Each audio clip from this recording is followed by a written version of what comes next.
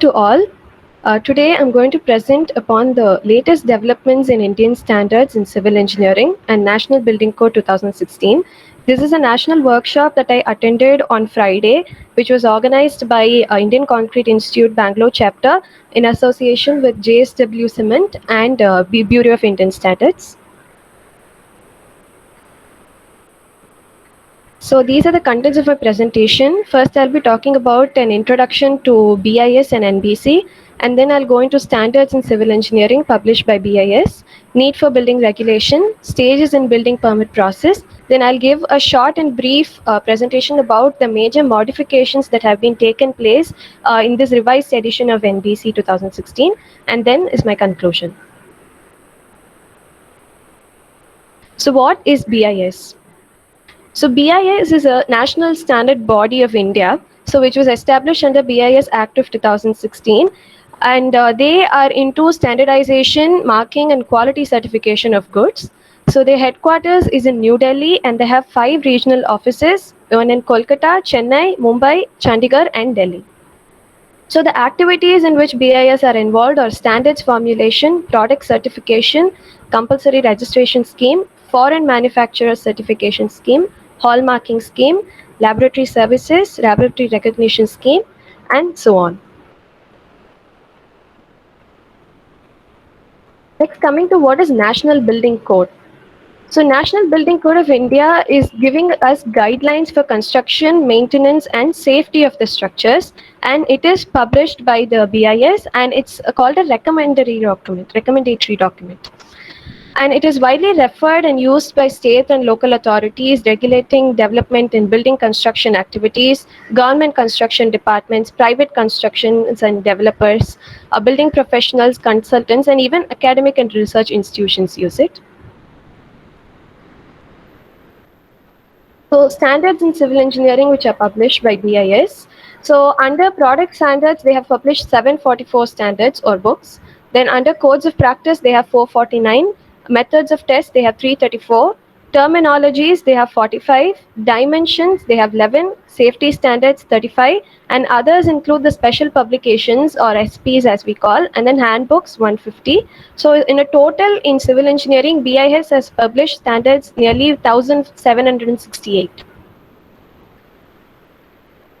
So what is the need for building regulation and constitutional position? So under this article of Schedule 12, Article 243W of the 74th Constitution Amendment Act, they have listed why there should be a need for building regulation. So some of them which are highlighted in red are what is important to us basically. So urban planning, regulation of land use, economic and social development, roads and bridges, water supply, public health, fire services, slum improvement, burial grounds and cremation grounds, and then public amenities. So stages in a building permit process as per NBC 2016. So first is the submission of application by the owner along with the building plan, service plan specifications, structural design, sufficiency certificate by the structural engineer, certificate of engagement by the builder, and certificate of supervision by the architect or engineer. And then verification of the plans and specifications by the local authorities as per the building bylaws, and then sanctioned by the authority including approvals from statutory authorities. Construction activity then takes place after the approval is got from the local authorities. And then there is a stepwise inspection by the local authority starting from excavation, foundation, every activity of a construction is inspected by the local authority. And then there is completion of construction activity, and there's a notice of completion by the owner along with certification for execution of work as per structural safety requirements by the structural engineer.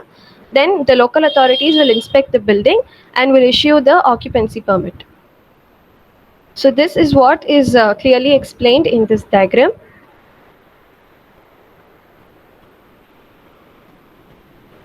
Then contents of the NBC. So NBC has 13 parts split into 2 volumes.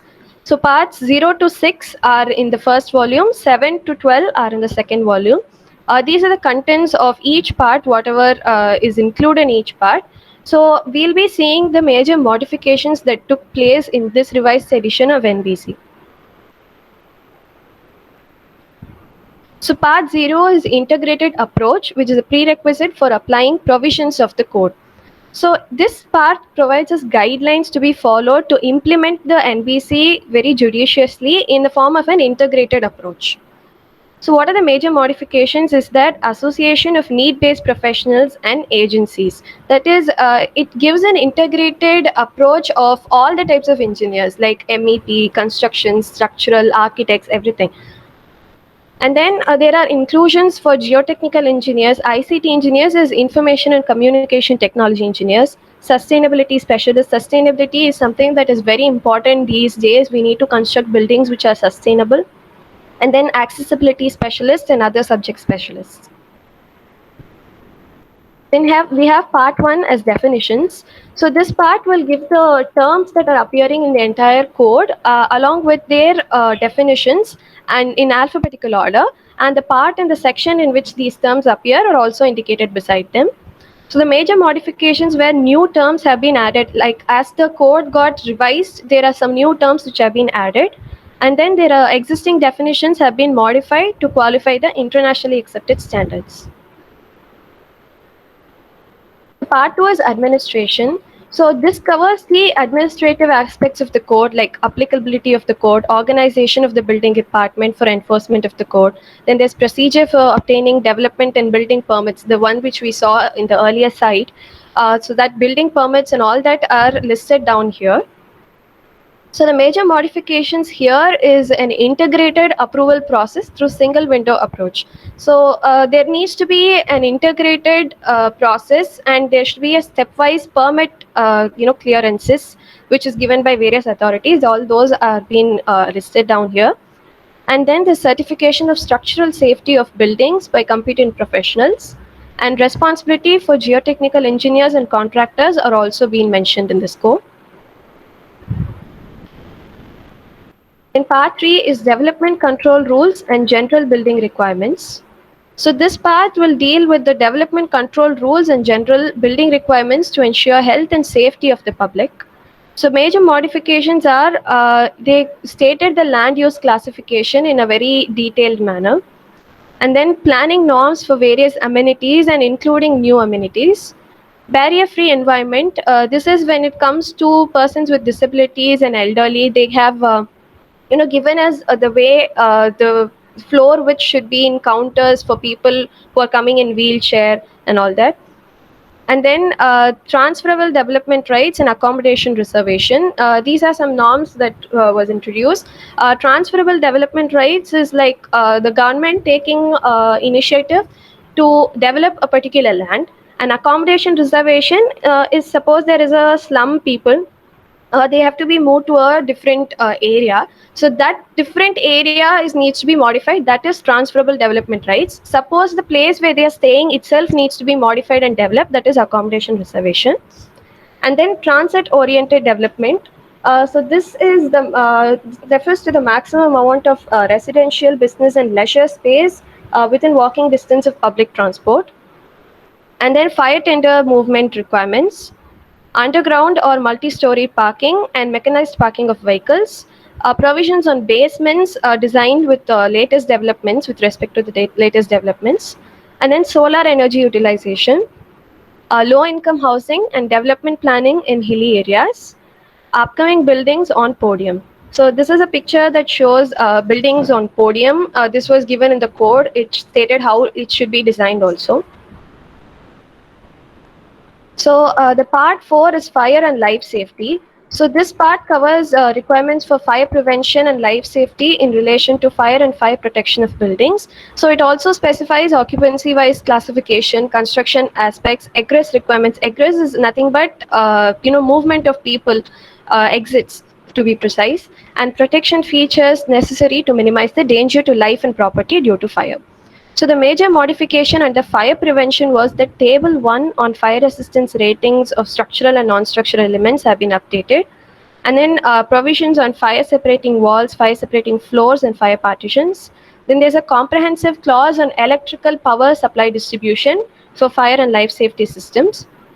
Air conditioning systems to make sure there is safety and smoke control integration. Glass facade requirements. And then fire command center. Fire command center is the place in a building where entire the fire system is controlled. It's like a control room for the fire system. So next is for life safety, the modifications were components of means of egress or exits. A table on capacity factors modified on aspect of width per person approach used globally. Then displaying the occupancy load for assembly buildings and call centers. This is in regards to the fire safety requirements. And then firefighting shafts, how to access them, how to design them and all that. Then compartmentation with fire barrier and passive fire safety requirements. Under fire protection, we have provisions which deal with fire water storage, fire pump rooms, sprinkler systems, and various alternative fire suppression systems. Progressive evacuation in case of hospital buildings. Progressive evacuation is one in which you evacuate the people who are vulnerable to this fire first. Like there is something called progressive horizontal evacuation. It is nothing but suppose there is in a floor there are 20 rooms. The first 10 rooms on the left side is more vulnerable to fire, and there's a partition, fire partition in between, and there are the next 10 rooms. So you move the people from the first 10 rooms to the next 10 rooms. So that is called progressive horizontal evacuation. Like it takes place in the same floor level. Then provision on refugee area have been updated, including for D6 occupancy.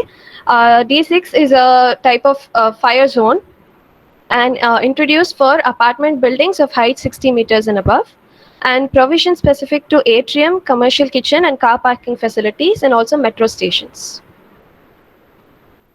Part 5 is building materials. So it deals with the requirements of building materials and components and the criteria for their selection or adopting new or alternative building materials.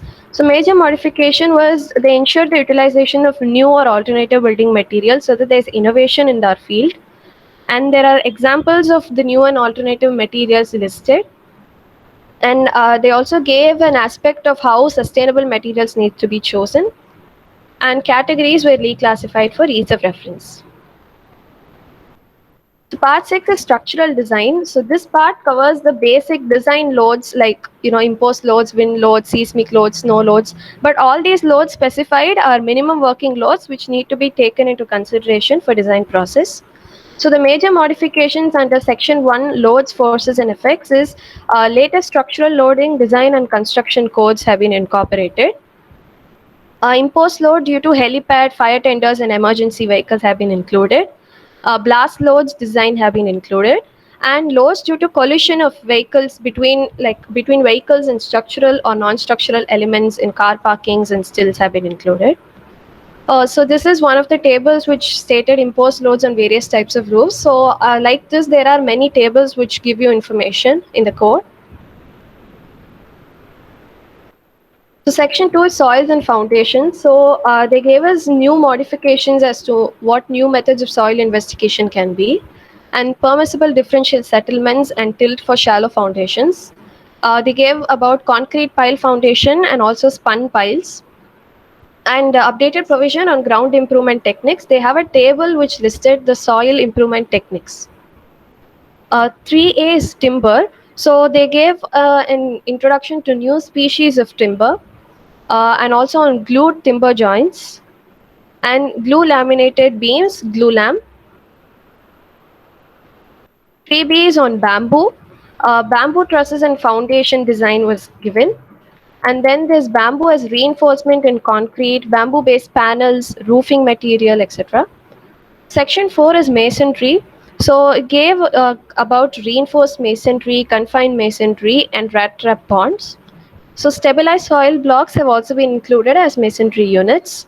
So this is one picture where they showed the typical masonry curtain wall. And this is a picture of the rat trap bond. 5A is concrete. They gave an elaborate provision on use of mineral admixtures, permission to use aggregates from other natural sources according to IS 383. And then they gave an inclusion of stripping time also required in case of concrete which is made using cement other than OPC or other cementitious materials like fly ash. Provisions on self-compacting concrete and high-performance concrete, and also on steel fiber reinforced concrete.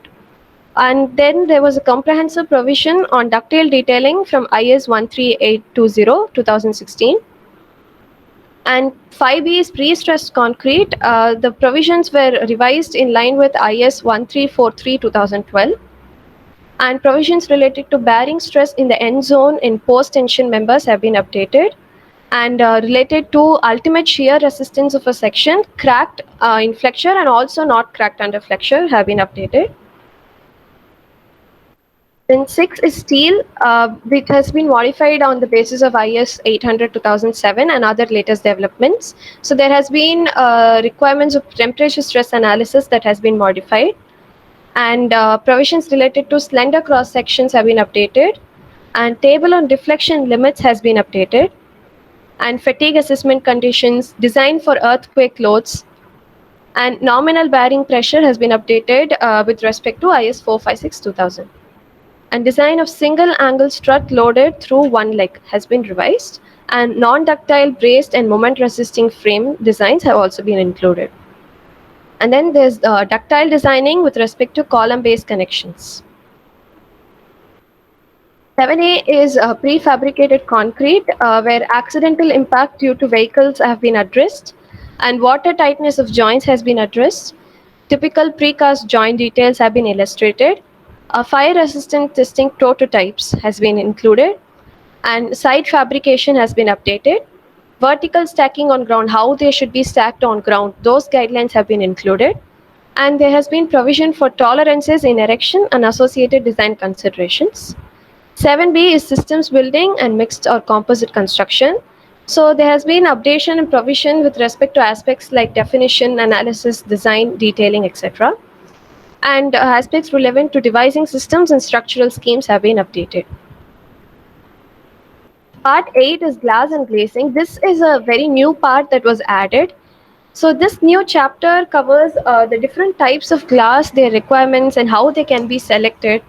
And then selection application of glass, energy, visual, and solar environments, how they should be selected based on solar heat gain factors, U values, and how they should be selected based on wind load, seismic load, how a glass should be designed based on these loads.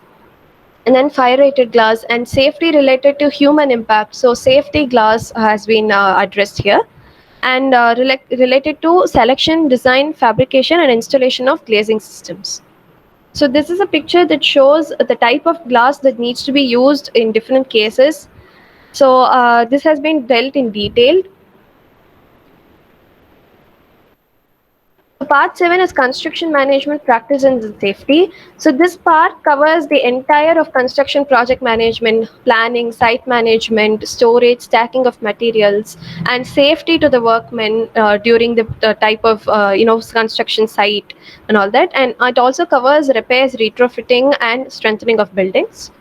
Major modifications was new and alternative building technologies have been included to provide innovation in our construction field, and construction management guidelines have been incorporated properly. Requirements for habitat and other welfare requirements for workmen at construction site, and also provisions on safety in construction. Part 8 is building services. So under this part, there is the requirements of lighting, ventilation, electrical installation, HVAC requirements, acoustics, lifts and escalators, and ICT-enabled installations.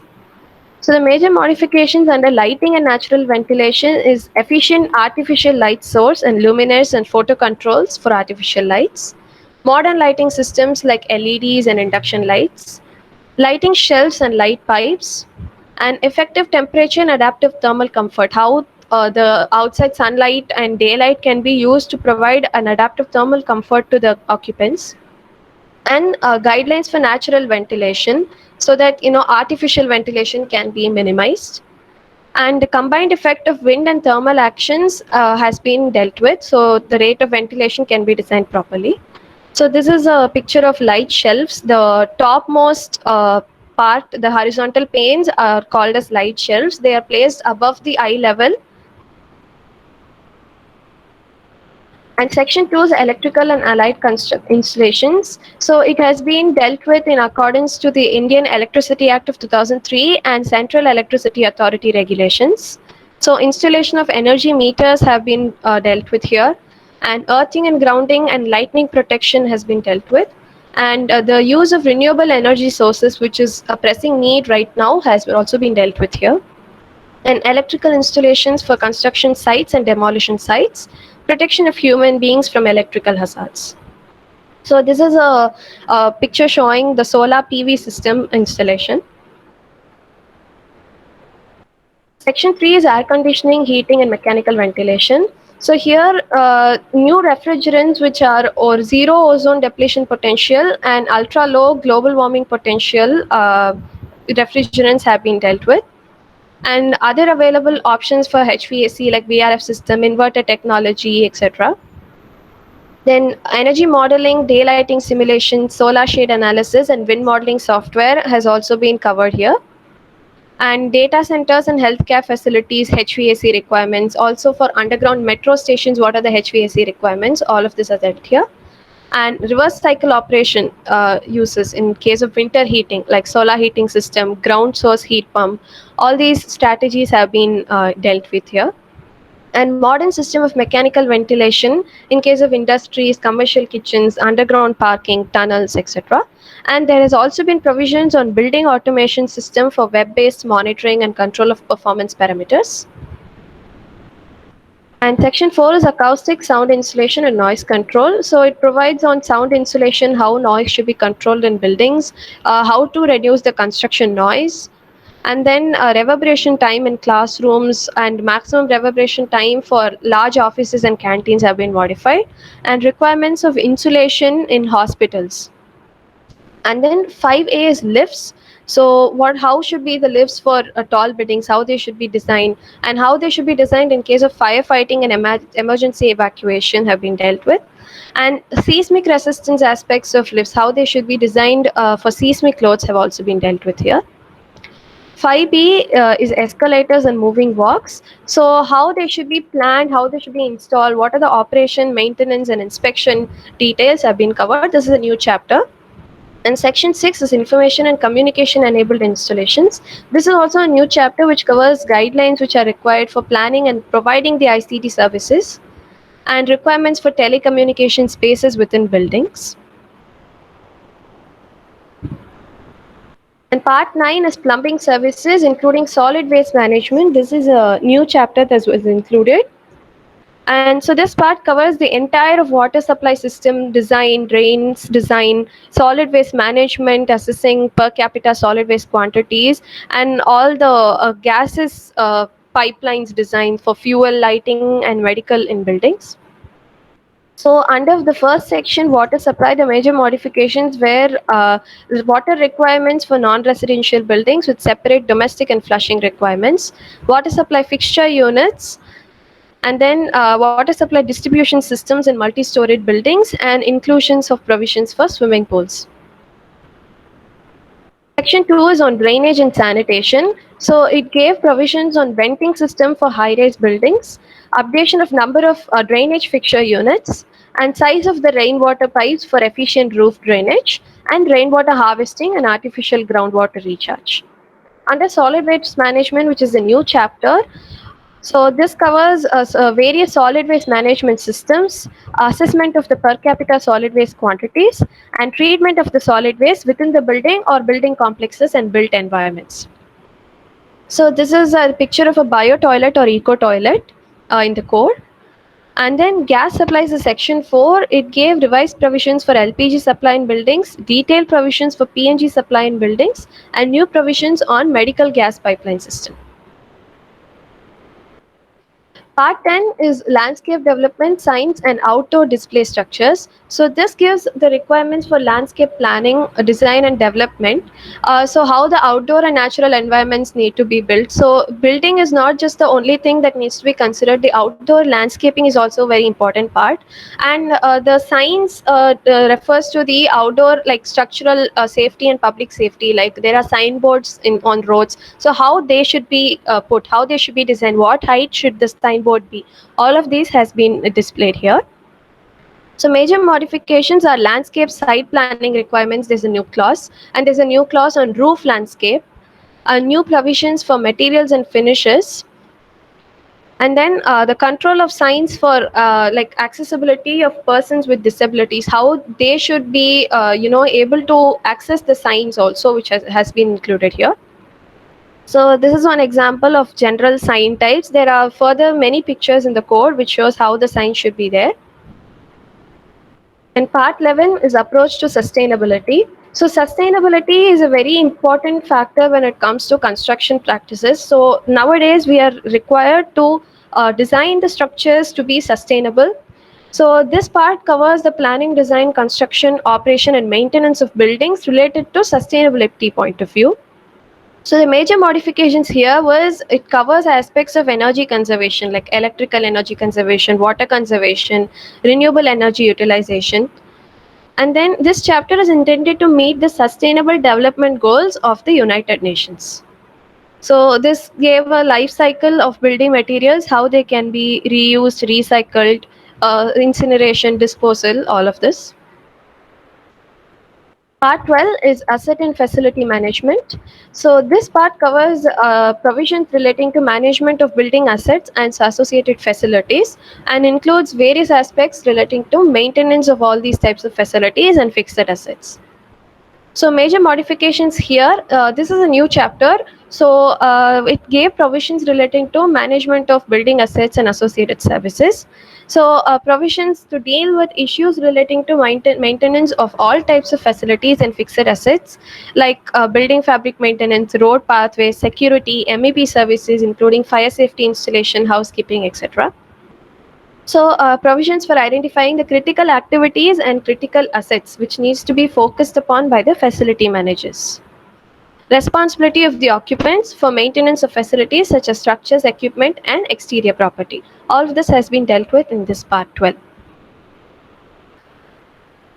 So coming to the conclusion is the latest developments in Indian standards is of very major importance in civil engineering, and the recent provisions made in the NBC 2016 has paved way for innovation or as well as sustainable ways of construction techniques, and the knowledge on these developments and provisions is very useful to every civil engineer to put to use the best construction practices. So these are my references. Thank you. Good presentation by Janani. Actually, in this particular, what she was highlighting was as per the earlier provision and as per the new provision, what are the changes they have made in the National Building Code. And National Building Code goes for revision. Whenever the technology advancement is happening now, the latest version is on NBC 2016, where